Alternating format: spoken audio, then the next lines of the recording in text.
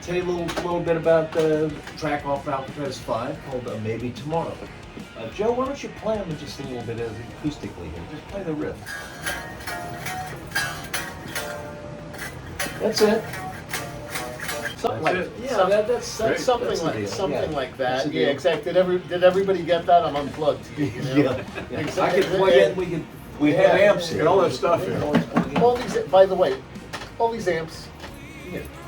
Like I said, anything worth doing is worth overdoing. So you could say I'm a bit of a Marshall enthusiast. Well, people used to say less is more, but that you drop the less and add another more. And what you get is more is more. That is an Yngwie expression. I know. But anyway, maybe tomorrow.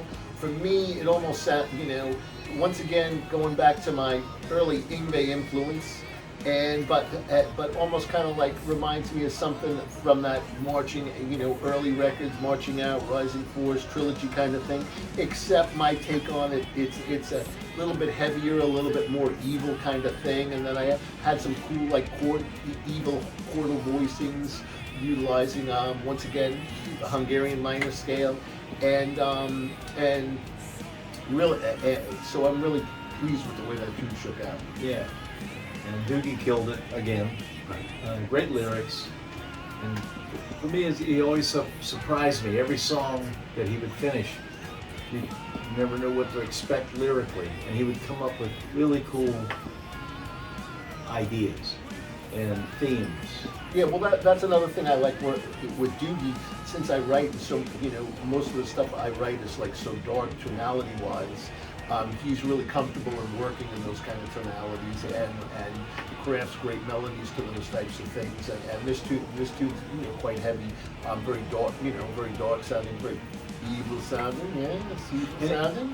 And then, and Doogie's cool because, like Joe said, he'll write very dark changes, and yet when Doogie writes a melody, he doesn't necessarily perfectly follow the. Like a lot of singers, a lot of writers will just follow the changes, follow the chord, and Doogie just sort of sings over it, and melodically comes up with something that you wouldn't normally expect, and it's just great because it feels like it's always been there. But love what he writes. Maybe tomorrow. Well, I was just wondering. I mean, I don't have children. I mean, I'm child free. I hope that doesn't offend anyone. But I'm child free. You're child free. Through choice, really. But I have godchildren who I love very much, and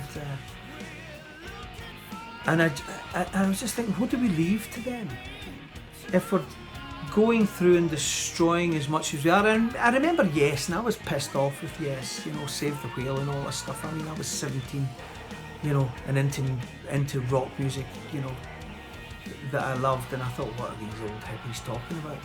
And it's not until you get a wee bit older and you realise actually what, things have moved on since I was a young boy, and it seems to be more serious now, and it's just a song about what will we leave for our children, really.